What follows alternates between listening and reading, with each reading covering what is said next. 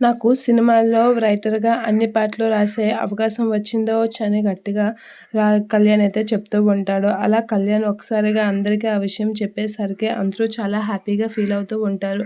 కావ్య అయితే చాలా హ్యాపీగా ఫీల్ అవుతూ నవ్వుతూ ఉంటుంది. ఇక అందరూ అయితే సెలబ్రేట్ చేస్తూ ఉంటారు. దీన్ని అలా సెలబ్రేట్ చేస్తూ పండగ చేసుకుంటూ ఉంటారు. డాన్సులు చేసుకొని చాలా హ్యాపీగా గడుపుతూ ఉంటారు ఆ మూమెంట్‌ని. ఇక ధాన్యలక్ష్మి అయితే అది చూసి ఉండలేక నాకు అనామికకి ఫోన్ చేస్తూ ఉంటుంది. సూర్యుడు ఎప్పుడూ ఒకే వైపు ఉదయించి ఒకవైపే అస్తమిస్తాడు కదా ఆంటీ! అన్ని వేళలా అలా జరిగినా సరే మీ ఇంట్లో మాత్రం ఈసారి మారుతుంది.